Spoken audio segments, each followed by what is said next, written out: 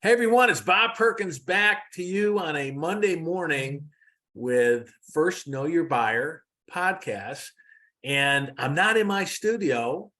And Jamie, who's our guest today, is not in his office. But Jamie, where are you today? I'm on Lake Simcoe, which is a lake an hour north of Toronto, Canada. And I'm on Trout Lake in the Adirondacks. Let me give you a view here of the lake. There's the dock. I'll be out swimming there, out to that little island in a few hours. But today, it's great to have Jamie. Jamie, you and I met through AAISP when I was with them, and you would come up and participate.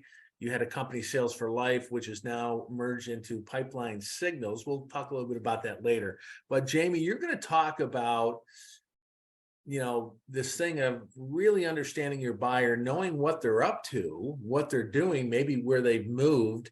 And we're going to do 2 weeks. So this is episode number 1. So Jamie, go ahead and kick us off. Well, fantastic. So we'll kind of frame it as the opportunity and resolution here. So the situation is that your customers are 3 to 5 times less expensive to sell to than to sell to net new. And every single month, up to 3% of your total CRM. So think of all the champions, influencers, decision makers that are in your CRM that are customers. They up and they move and they go to other businesses. They'll go to 3 different types of businesses. They'll move from customer to customer to named prospect, or customer to the green field. So accounts you'd never even considered, but meet your ideal customer profile. So the idea is monitoring the sphere of influence around your customer base. And it's called Customers on the Move, pretty simple name.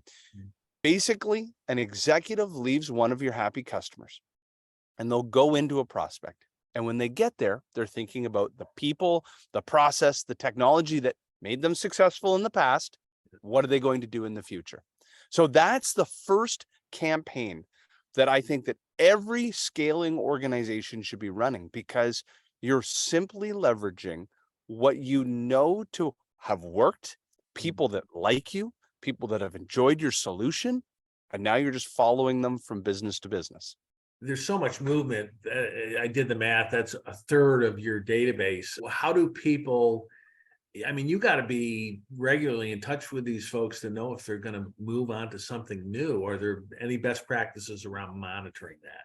Well, in fact, I'll tell you a very quick story about the inverse of that. We had a customer where they asked us to monitor the CXOs of their customer base, and they sold to chief data officer, chief information officer. For months and months, we were sending them incredible chief data officers, as an example. But when the leads were going to their BDRs, the BDRs were picking up the phone thinking they would be talking to a warm lead, only to find out it was super cold. What our customer uncovered was that their customer success reps were not multi-threaded. We're not developing strong relationships with the customers. And in fact, was a detriment to new business development. So my big advice to everyone is the work that your account managers and CSMs do today highly affect your business development net new a year or 2 in the future. Yeah, it's good. Really good tip. Okay, next week, what are you going to talk on? Well, we're going to use a different campaign, non-customers, but the importance of looking at ELT executives who are in their first 100 days in the job. It's called the window of change. Wow. So in those first 100 days, you can learn a lot of information. We like to say, know your buyer, right? It's really getting to know them. Absolutely.